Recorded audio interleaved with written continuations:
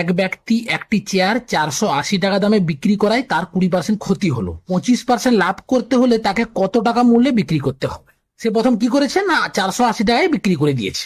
480 টাকায় বিক্রি করে দেওয়ার জন্য কি হয়েছে না তার 20% লস হয়ে গেছে। 20% লস মানে কি? 20% লস মানে হচ্ছে 100 মাইনাস 20 অর্থাৎ 80%। তাহলে এখান থেকে তুমি লিখবে যে 80% সমান হচ্ছে এই 480, 1% সমান হবে 480/80।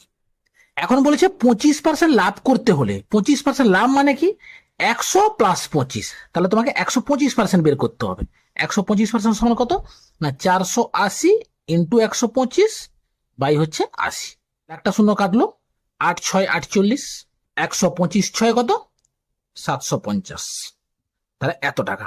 অর্থাৎ 25% লাভ করতে হলে তাকে 750 টাকায় বিক্রি করতে হবে। তাহলে অপশন ডি হচ্ছে রাইট আনসার। আচ্ছা, এটার অ্যান্সার কত হবে তোমরা কমেন্ট বক্সে লিখে